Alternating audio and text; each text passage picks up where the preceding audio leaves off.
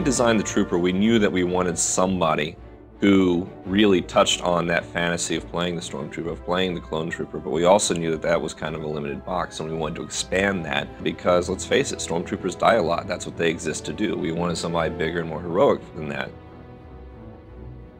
So we start out with our basic Trooper, which is your basic armor set. That's pretty much an homage to the Clone Trooper and to the Stormtrooper. And then we go both directions with it. We take it down to kind of what the Rebel troopers and the Rebel soldiers, like you see on the Tantive 4, you see them on the Hoth Trooper, the Republic, the guys with the backpacks and the goggles. And then we gradually ramp you up past the armor and really start pushing the more intense looks. A big part of the Trooper has been that they're more aggressive than the Jedi. They aren't bound by this code necessarily. They have regulations, they have rules, obviously, this is the Republic, but they are very aggressive in defending the Republic. They will go out of their way to attack the Empire, to attack their resources, their personnel, their weapons, to make sure that this is not just a fair fight, that the Republic is going to win this fight at all costs. What we really wanted was somebody who brought that sort of military point of view, which is, on one hand, he is an officer in the Army, and on the other hand, war is hell. And sometimes you have to actually make the tough choices in order to get the stuff done. We had to sell animations to be giving them a strong feature. What defines a trooper? They are strong, they're efficient at what they do, and they carry a big supply of weapons that we need to support the animation to have these weapons look good in the game. This animation sells on how strong a trooper is in close battle. If the gun can't knock the enemy down, the trooper will physically knock them down. The Trooper is largely, first and foremost, inspired by the gun and inspired by using a gun to solve problems. And so what we looked for is movie clips and other games and how they actually handle largely automatic fire, actually getting in there and just mowing down fields of people with lots of weapons. He believes in just going in and kicking butt and taking names. Well, you have your standard, like, long Stormtrooper style weapon that, usually based off of a World War II weapon. It's been modified a little bit to look sci-fi.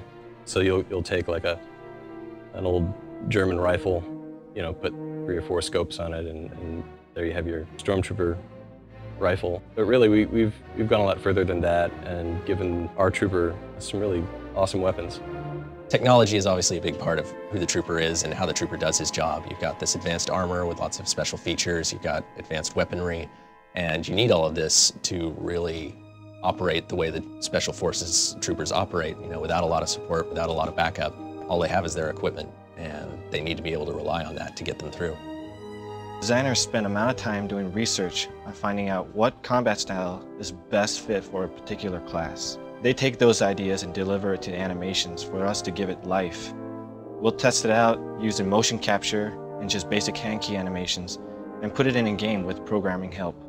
When we go in to get our motion capture, we have a good idea of how it's all going to play out, what we need, what kind of data we need to get.